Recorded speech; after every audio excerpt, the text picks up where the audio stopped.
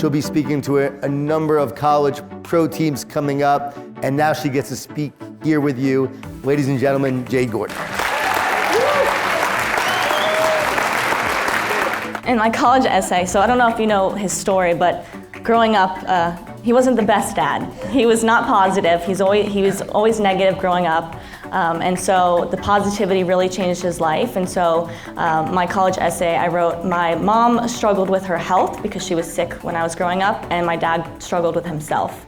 And so, which is so true. And so now seeing this work actually change him as a person, so I'm like, okay, this can change who my negative father was, who was not the best father growing up. I want to help other people change their lives as well. Growing up, people always ask me, what was it like growing up with the positive guy? One word, annoying. That was the later years in my life. But when I was younger, my dad was always negative.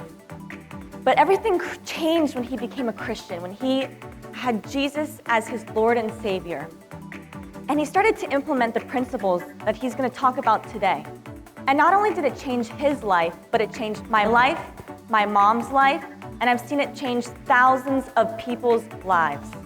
Which is why I am now following in his footsteps to start doing this work, because I've seen how impactful it is, I've seen how people need it, how they want it, and how it's going to change the world.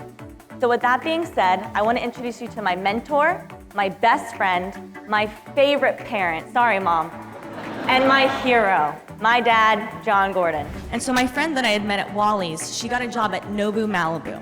And she said, let me see if I can get you an interview. I want you to come work with me. She gets me an interview. I go in and I'm like, okay, I need this job. I'll do whatever it takes.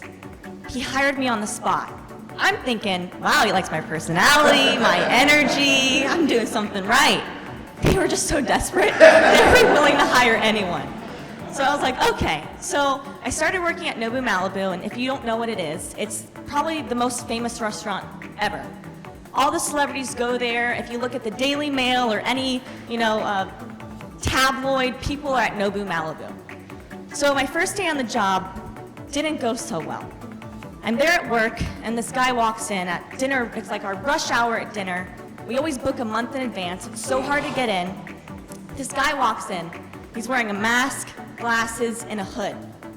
He walks up, and I say, hi, what's the name on the reservation? And he just stands there.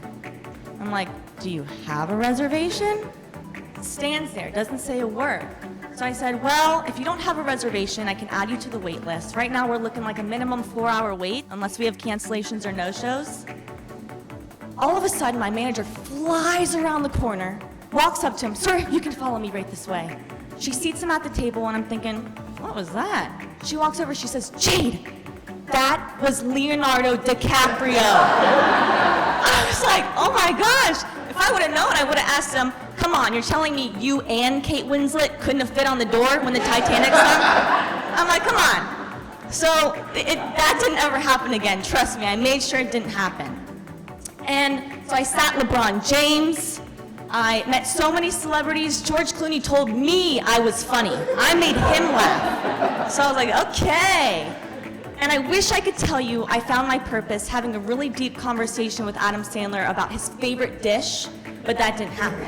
So it's all about impacting people, right, in a positive way. We want to spread that positivity because not only does positivity, it doesn't make us better, it makes everyone around us better, right? So there's a statistic that shows in the course of your life, you will impact 80,000 people. That's a lot of people, right? 80,000 people in the course of your life. So every day, I want you to think about how can I impact someone in a positive way, and it starts just with a smile. So that right there is one small example of positive leadership. And in that moment, I realized I had to talk to myself instead of listen to myself. If I listen to myself, I hear all the negativity, the fear, the doubt, all the reasons why I was unqualified. But if I talk to myself, I could fuel myself with words of encouragement to be able to just impact one person in the audience. We have to think of life like a pot of boiling hot water, right? So what happens when you put an egg in hot water?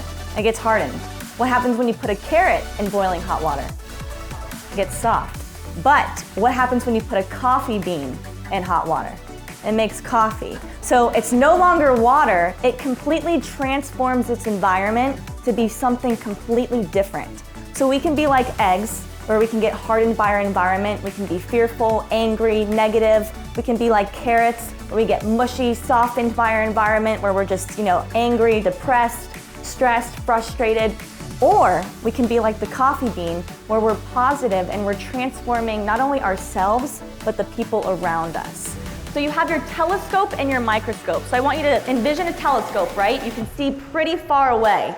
And so when you have a telescope, your telescope is your big picture vision of where you want to go and why you want to go there. And then you also have your microscope. You can see, you put a little slide on the thing, you can see little things, little tiny things. And so those are your zoomed focus actions that you're going to take each day to achieve that big picture vision.